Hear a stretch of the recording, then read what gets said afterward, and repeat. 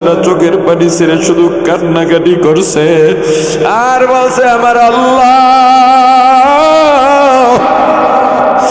আমি দিনের পথে আসতে চাই, কত বাধা, কত বাধা। এই মানুষ শয়তান থেকে আমাকে হেফাজত করেন। আমার বান্দা গভীর রাতে আর গার্মেন্টসে কাজ করে, গার্মেন্টসের মালিক নামাজ পড়তে দেয় না। দুপুরের সময় খানার টাইম দিয়েছে, খানা না খাইয়া দ্রুত ফরজ 4 রাকাত পইরা ফলাইছে। সন্ধ্যার সময় খানা নষ্ট হয়ে গেছে, হাতে নিয়ে কষ্ট করে হাঁটতে পারে না, দুর্বল। বাড়িতে যে খানাটা রাখছে বিবি দেখে আফসোস করে, খাইলাও না, নষ্ট হইয়া গেল। আমাদের অভাবের সংসার, আমার বান্দা কিচ্ছু বলে না, মনটা খারাপ। রাত্র যখন গভীর হইছে, সবাই ঘুমাইয়া গেছে, আমার বান্দা যায় নামাজ বিছাইয়া দাঁড়াইয়া গেছে। আহারে নামাজ পড়ে আর কান্দে,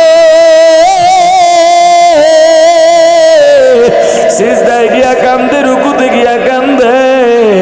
আমার বান্দা শুধু বলছে, আমার আল্লাহ,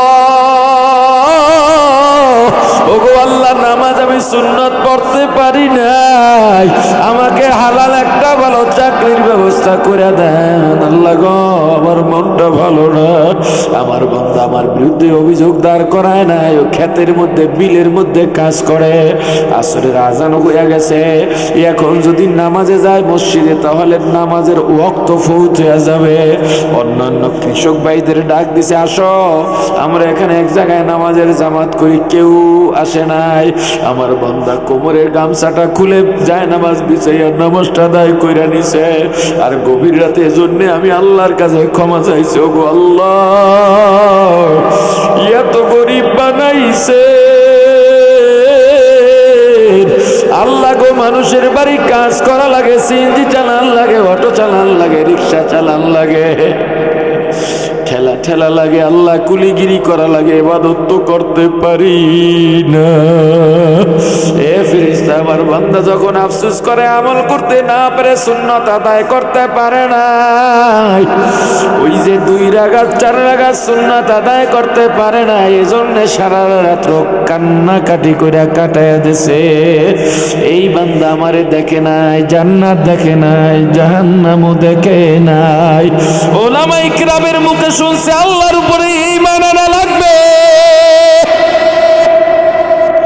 আর দেরি করে নাই, আমি আল্লাহকে এত ভালোবাসাই বাসছে সব একদিকে, আমার বান্দা আমাকে নিয়ে আর একদিকে। ছোট্ট একটা ঘর, পর্দা ঠিক রাখা যায় না, এরপর ওর বউরে কোনোদিন কেউ দেখে নাই।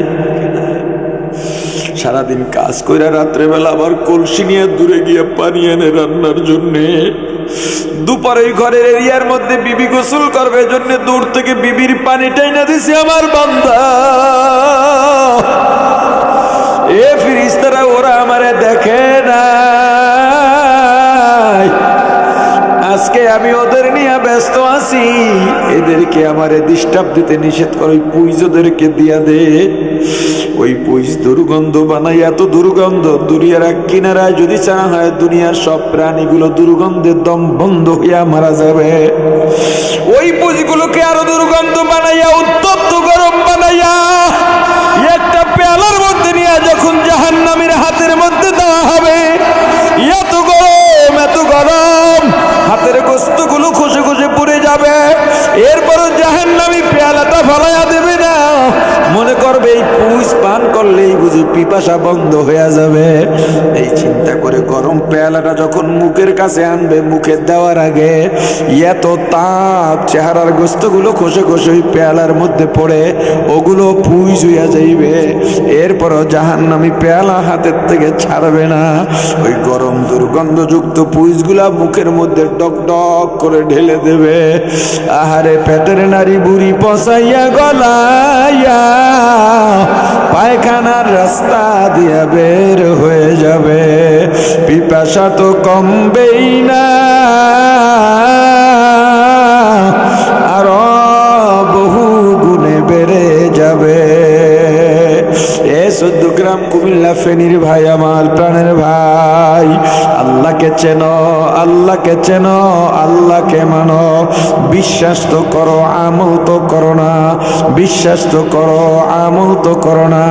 রাসূলকে বিশ্বাস তো করো, আদর্শ তো মানো না। সব বাদ দিয়া দাও। দুনিয়ার সময় খুব সংক্ষেপ, কখন মারা যাব তুমিও জানো না, আমিও জানি না। অতএব আল্লাহর কাছে সবসময় বলো, আল্লাহ ইমানের সঙ্গে আমলও দুরুস্ত কইরা দেন। বলেন আমিন।